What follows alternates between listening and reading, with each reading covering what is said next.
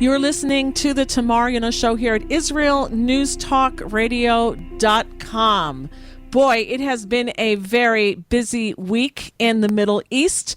All right, well, we're going to be speaking to Mudar Zahran. He's a Jordanian politician and the head of Jordan's opposition coalition.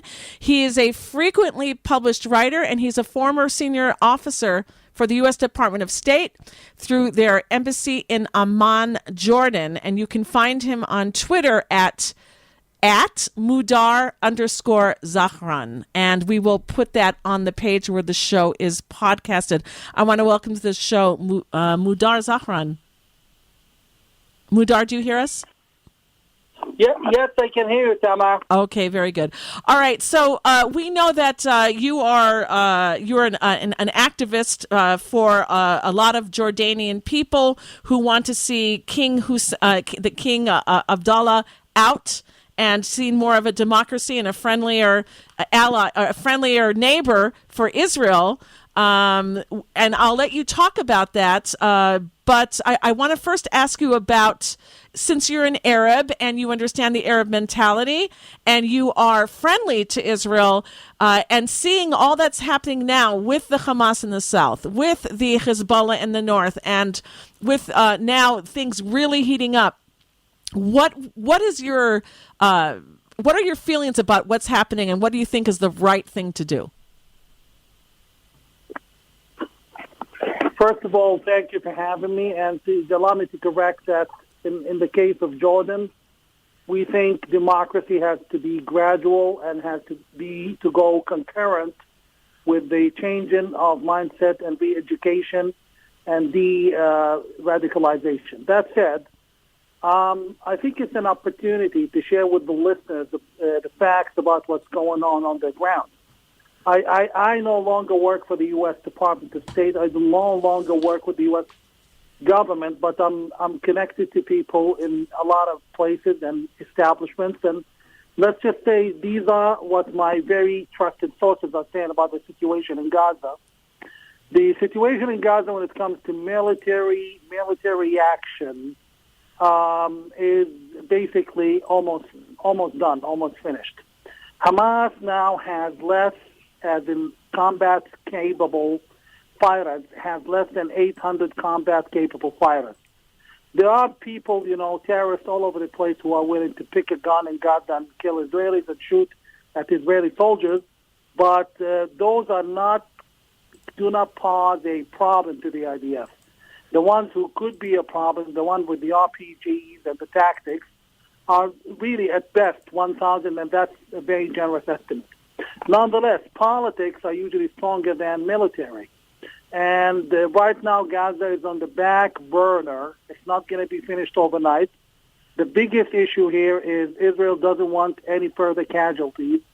They are like Hamas are now cornered, whatever's left of them are cornered in the following area, and you can write it down.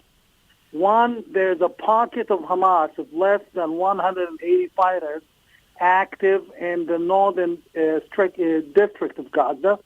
And in Rafah, there is, scattered up to 600, which is plenty, and they are very, very well hidden behind civilians and Palestinian public in general. Israel is hunting them down slowly using drones and using intelligence. What's helping Israel is now the public in Gaza are willing to cooperate. And I can authoritatively tell you, maybe I shouldn't be saying this, but a lot of the information lately, in the past 2 months, a lot of the Hamas terrorists have been located with the help of Gazans willing to cooperate, and that's a whole different chapter on why they were cooperating. But that said, they also have had enough of Hamas. In addition, there has been a lot of Israeli casualties, a lot of men and women killed and hurt. So if they go right after the last pocket of Hamas, it's going to cost a lot of people. So they're grilling them slowly. Might not be impressive with what many people want. Might not be what many soldiers want because they wanted the job done. They wanted Hamas annihilated overnight. Well, politics take a different toll with the media and Western forces protecting Hamas in many cases. It's very complicated. Now, the biggest show, if I may, Tamar, is with Hezbollah. Let me be clear. Hezbollah is not actually its own entity. Hezbollah is just, a facade for Iran. So those attacking Iran, Iranian rocket engineers, Iranian military personnel and experts.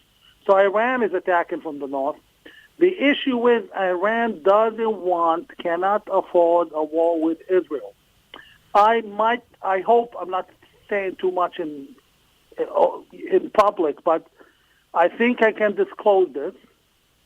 Some time ago, we're talking a good 3 months ago, Israel conveyed to the Americans a message to Iran, which was conveyed to via Switzerland.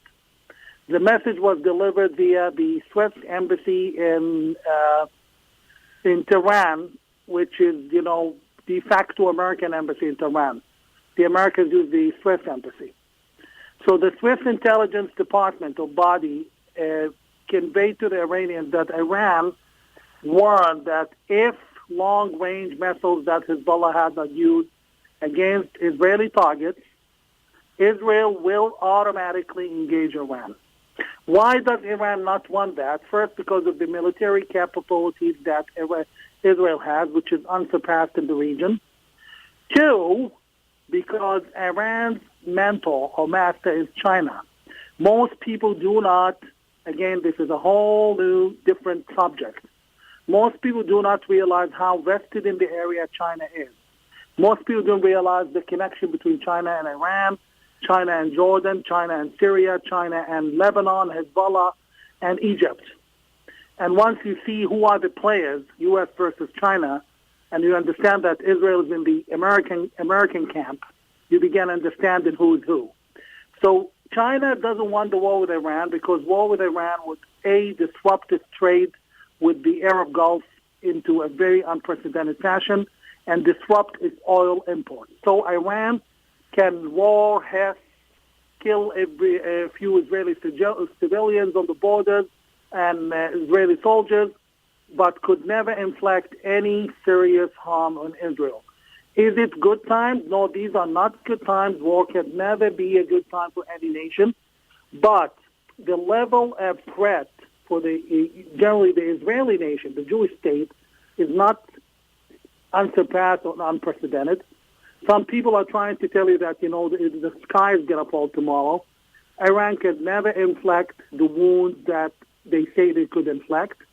I am not worried, and to be honest, I'm sure that a lot is happening. But there's one aspect we need to be honest about, that Israel has been left with the task of picking up the trash.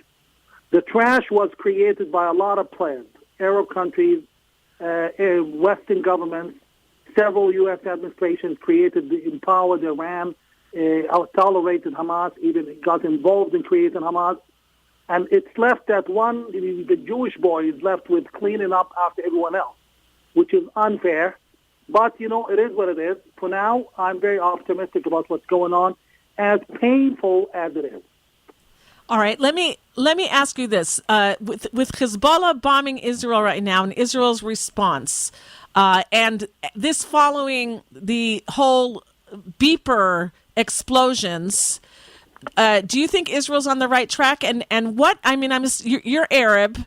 I assume you're reading the Arab press. What is the feeling from the Arab press? Are people afraid to use their phones now? Are people respecting Israel or fearing Israel, or just want blood from Israel? What's the feeling? Never in my lifetime have I seen Arabs cheering for Israel before this. The majority, including Palestinians in Jordan, are cheering and celebrating for what happened to Hezbollah. They're cheering in Jordan. Why? Yeah. Why? Jordan, Egypt. I can send you videos if you wish. Why? Even some people in the West Bank, believe it or not, celebrating what Israel did to Hezbollah, because Hezbollah, first of all, there's a sectarian hatred. Before, and it's complicated, but before what happened in Syria in 2011, before the Syrian civil war, The Arabs used to think of Hezbollah as a savior. Hezbollah was the only one able to kill Israelis and kick Israel's tochas while no one else could. And people, thought of this Nasrallah, the leader, as God. After Syria, they learned the truth when Hezbollah began butchering Syrian civilians just because they're Sunni. Hezbollah ventured into Yarmouk refugee camp in Damascus and killed dozens of Palestinian children just because they were Sunni children. So they realized that the hatred is still real between Sunnis and Shiites. And the Shiite majority embodied by the Iranian leadership is very hateful of us. So now that Israel is kicking their butt, a lot of Arabs are enjoying this and rejoicing it. And my Israeli friend, Professor Eddie Cohen, he told me he also watched videos of Arabs celebrating and passing out desserts when Hezbollah got killed. Now, what's the difference between what Israel is doing right now and what Israel is doing in the past? In the past, and I hate to sound like a conspiracy theorist, but the school of wars was always dependent on heavy use of technology and heavy use of very expensive stuff. Wherever you go to war, wherever Israel goes to war, factories all over the world get engaged in business. So they use deployment of technology, deployment of soldiers, which was very ineffective. Israel changed the policy just after the 7th of October into targeting the head of the snake, which is something I personally have been talking about even on your show several times, that we can go for the head of the snake. Arab societies, which I hate to say that many of you don't understand, are hierarchy societies. It's all about the leader. The leader plays God.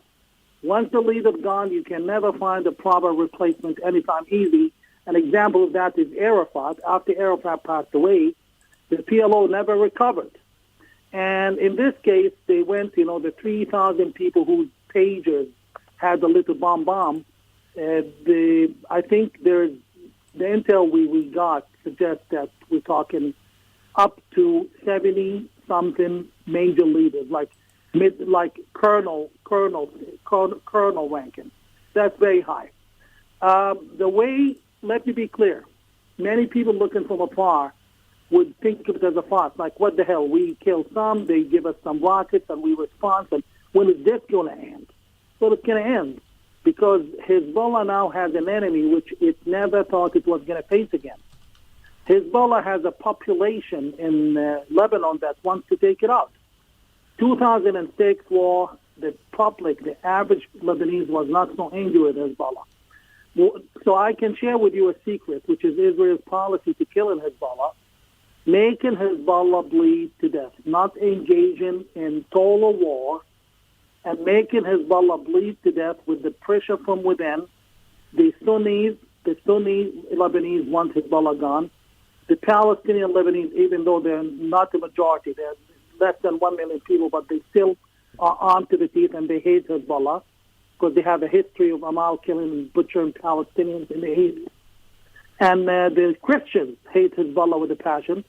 All of those people have weapons, but they don't have leadership, and they can always impose a huge pressure on Hezbollah because Hezbollah is in charge of the government and people, the standard of living, the livelihood, the economy has collapsed. And therefore, Hezbollah is going to be forced into a worse economy for Lebanon, more boycotts, more economic sanctions.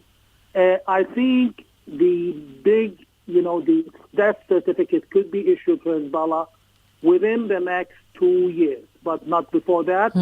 During that time, I expect that Israel will keep killing major names in the Hezbollah upper echelon. And it's sad, difficult for people who couldn't sleep last night, including my friend who lives in the north.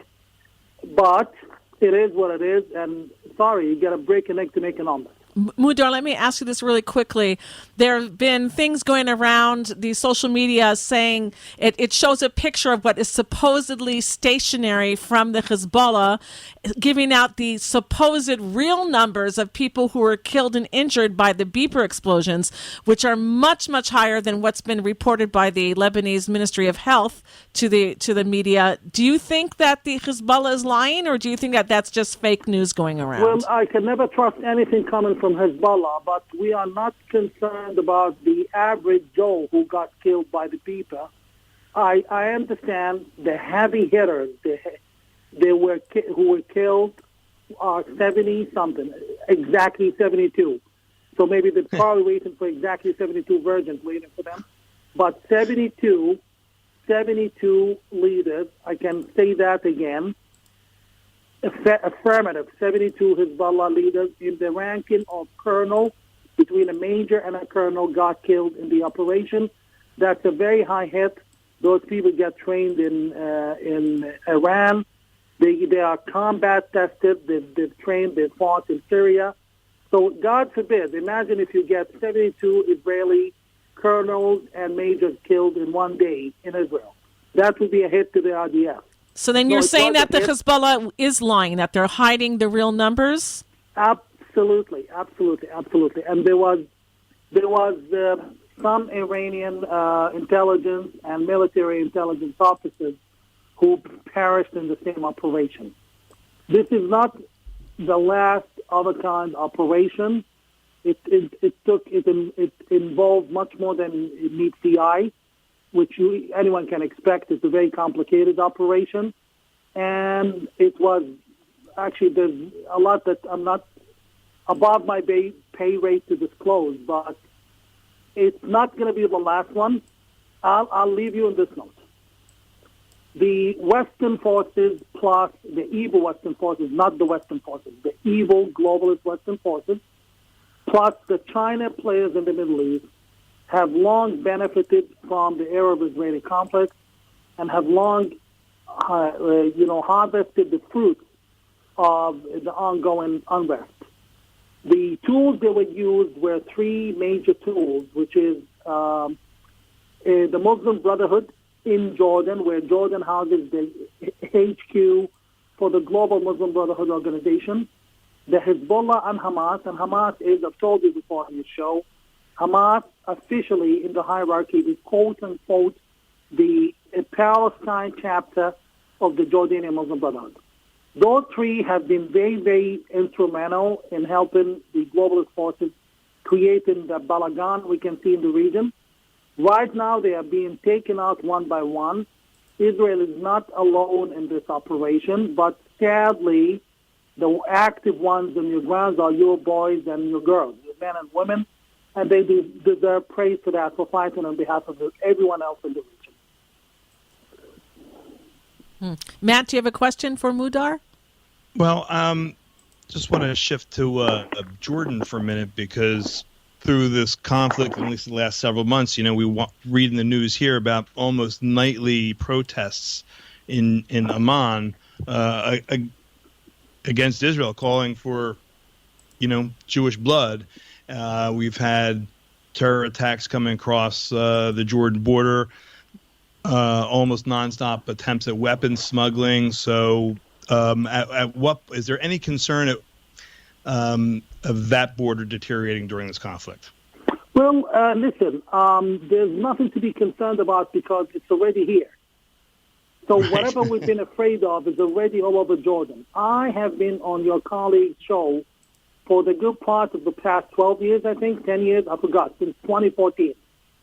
And since then, I've always been, and she can tell you, and go back to her archive, I've been warning that the king of Jordan, his policies are going to move the country into absolute trouble and turn the country into a beehive to terrorists. Well, it's already there. The anti-Israeli protest every night before the Israeli embassy, I have documented, read my piece in the American Thinker about that, about the protests in Jordan. They were orchestrated by the Jordanian government itself. You watch the official Jordanian media. The official Jordanian media is calling for jihad. The Muslim Brotherhood's own TV is allowed in Jordan. They have the HQ in Jordan, Yarmouk TV. The Jordanian television, it's another Al Jazeera, inciting people.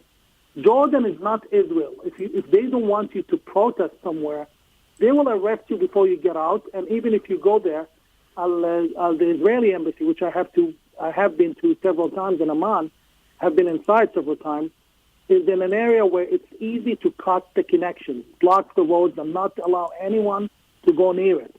Well, it's the Jordanian police who open the roads, and we have that themselves. So people will be protesting, kill the Jews, with the Jordanian police standing next to them. All include the head of the Jordanian intelligence, also who happened to be the Jordanian ex-prime minister. All Jordanian officials, current officials and ex-officials, are calling for Jewish blood, not even Israeli blood, not even Zionist blood, Jewish blood.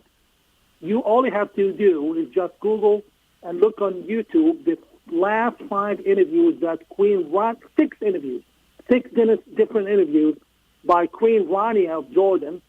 She was talking like ISIS against Israel, literally that Jews kill children, that Israelis kill civilians, bombing.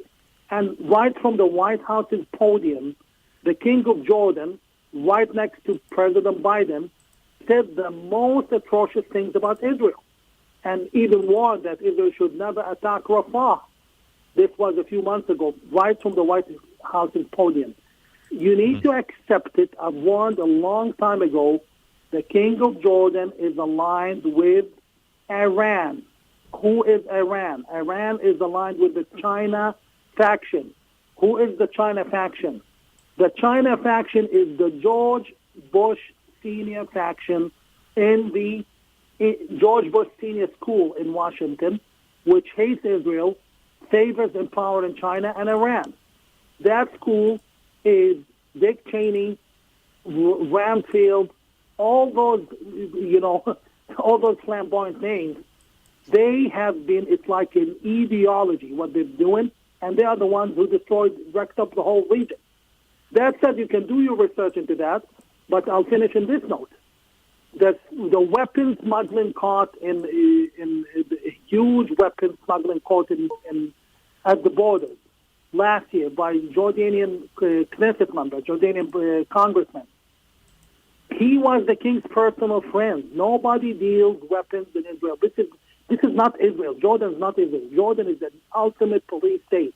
You don't trade weapons using government vehicles unless the king knows about it, unless the king has allowed it. And let me also add to you this final thing.